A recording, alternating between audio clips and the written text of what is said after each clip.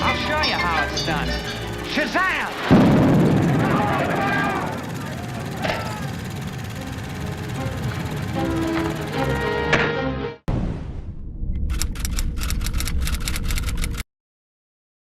Hey, what's going on, Underdevelopers? Welcome back to our channel here at Underdeveloped, and today we are doing yet again another movie review. We're doing it for quite a big one, and that is, of course, Avatar: Fire and Ash, yet again directed by James Cameron. This is the third installation of this franchise. I know another one's already made, so that's one should be coming maybe in a couple years. Last one came out, I think it was in 22, The Way of Water. I want to say it was 22. Yeah, we covered that for the channel back in those. This franchise is so. Yeah, I mean, first off, yeah, go see The Way of Water. We did that review when it came out, so go back in our archives. But outside of that, yeah, this is like a franchise that is so weird because like it's highly successful, but no one really talks about it. Yeah, exactly. At least in my zeitgeist. Like if aliens came, like if like historians in the far future looked back at our records, they'd be like, "Hey, this movie made so much money. This must have been ever. It must have been a big thing." But in reality, this franchise has left zero cultural impact on anybody. No one talks about it. No one retains it. No one truly cares all that much about it.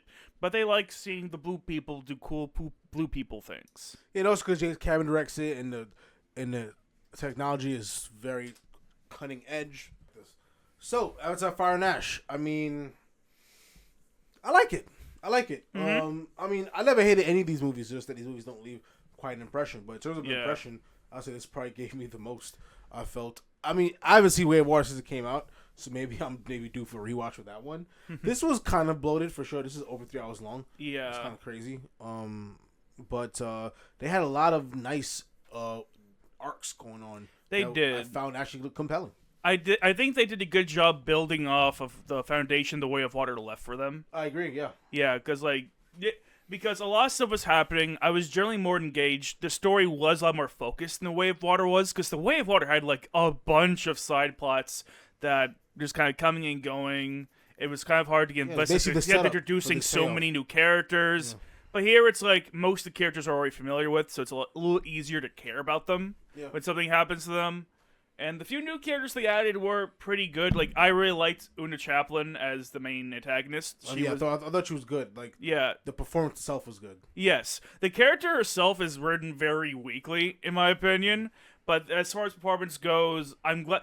Hell, honestly, I'm just glad to see Una Chaplin doing something. This is the first time I've seen her do anything since her whatever-ass fucking love interest character in Game of Thrones. It's been like a full fucking decade since I've seen Una Chaplin in literally anything. Cool. I didn't know you knew her. But yeah. I like the villain. She's Charlie Chaplin's granddaughter, by the way. Oh, interesting. Yeah. Cool. Mm-hmm. Wow, I guess Charlie Chaplin has been dabbling in other cultures because she does look fully white. Well, he did live in France for a massive chunk of his life. Oh, is he French? No, he moved to France because he was being ostracized by people like J. Edgar Hoover and shit because they're cracking down communists, and he was very much a very well-known communist at the time.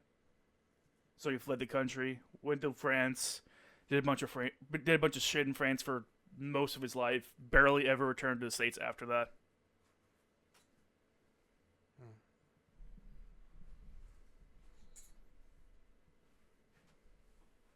Anyways, I thought the villain was good. What the weakest thing about this villain was that we don't really know why she's doing it. Yeah. We could assume that she's the one that's she's a Navi. She's been basically suppressed most of her life, I guess. You know what I mean? And she sees opportunity to rise up. Even then, there's nothing to really even support that. Like the only bit she's obsessed with power. She's obsessed with I want to make thunder. She's obsessed with power. The only bit of insight we ever get into her or her tribe is that her tribe is disconnected from the tree thing and like the goddess of the tree thing that they all braid their hair to. Yes. That's the only thing we get on these people. I'm like, okay, is it a religious thing? We get like the bare minimum of even that explanation, and we get nothing for her or her tribe. I don't really get what her main motivation is. That's what I'm gonna say. I'm assuming maybe like, she just like, I guess, been impressed with anything like that, or basically in a position where she had no power and she beat nobodies and like, she's tired of like playing defense. I guess she just want to play offense and say, hey, we're gonna fucking conquer. We're gonna be the apex. You know what I mean? Honestly, I'm not convinced they ever played defense. No, I don't know what they did before. I'm just assuming Like, because they're coming with such a vengeance now. The only thing this movie really establishes about her is why she has the thing for the Colonel Korch. That's the only thing they really established about her, because they have a scene where he's talking to her and be like, I can offer you something that no one else can offer you, an equal. I know what you really want. And that kind of works for her. Yeah. And that kind of starts their fling, even though she tried to kill him like 20 minutes before that scene. Yeah.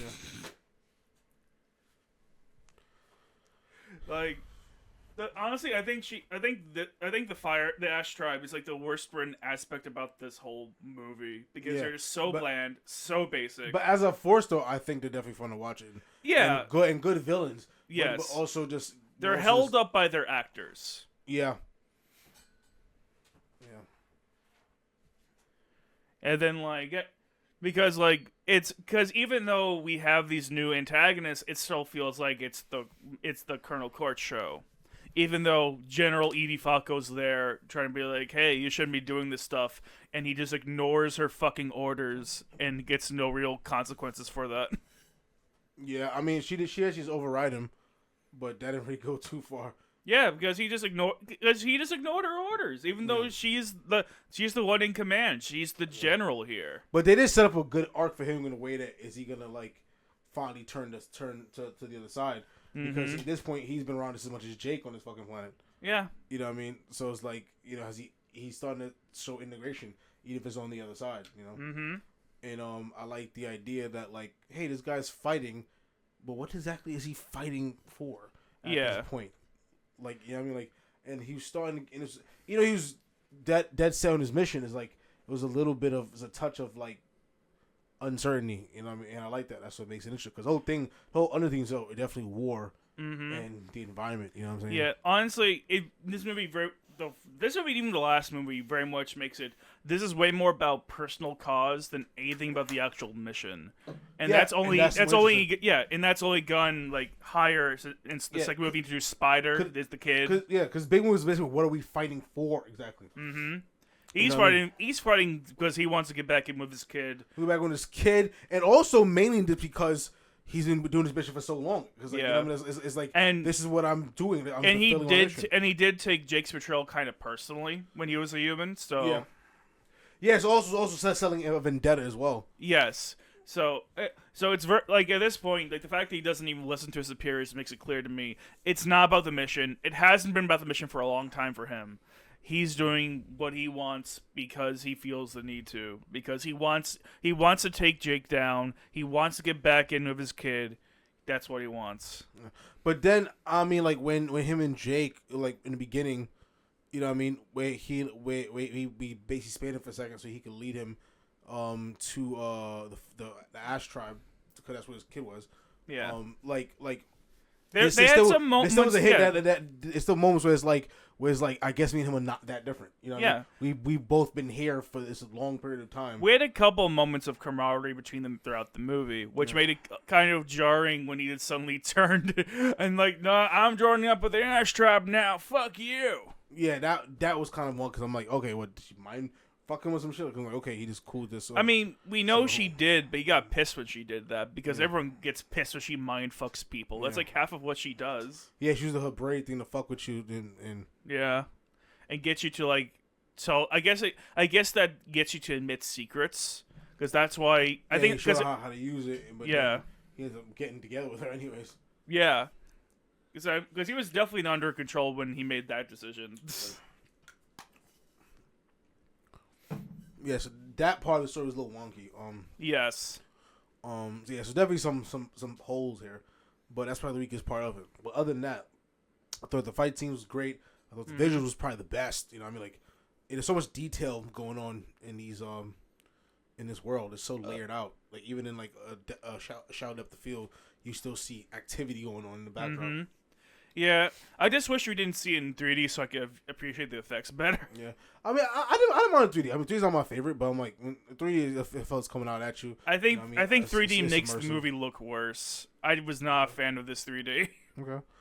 Yeah. So so I thought it looked great. You know what I mean? I like the color of the water. I like the sets, of course. You know, the CGI is top tier. Because nowadays CGI is generally just cheap looking bad. Yeah. But here it's actually it looks pretty damn good. Because James Cameron knew he wanted to spend the money to actually make Yes, it look movie's good. $400+ million Yeah. dollars to make. He took that. Yeah, and it took because making effects like any other things, if you want to make it look good, it takes time and money, and that's something that a lot of studios nowadays are not willing to actually expend. We want it quick and fast and cheap looking because Yeah, that a lot we of wanted movies to do make look the that most way. profit. Yeah, and Yeah. movies do look that way. Yeah, they do, and that's the reason why a lot of modern effects aren't as good as effects from even 10 years ago. Yeah, there's literally movies like 10 years, like fucking, literally like Tron Legacy looks better than a lot of movies in modern day. Yeah, You know? honestly, it does. It honestly does. Like the effects, like the effects of Tron Legacy are ultimately that film's legacy because it's done that well. Yeah, that's the best part of that movie, you know. Hard agree. So I feel like and this is like a terrible. These are all what these films. If you heavily dependent on CGI, these are what these films should look like. Yeah. You know what I mean? Like it deserves to, because the whole thing when you keep releasing these kind of movies, you're making CGI like I don't want this at all because you're just associating CGI with like this cheap looking, fake looking thing. Yeah. If you're gonna make it look that bad, you might as well spend extra. Honestly, you might as well not even do it if you're gonna make it look that bad. You might as well. I'd say you might as well do practical effects, but practical effects nowadays have gotten way more expensive. Yeah.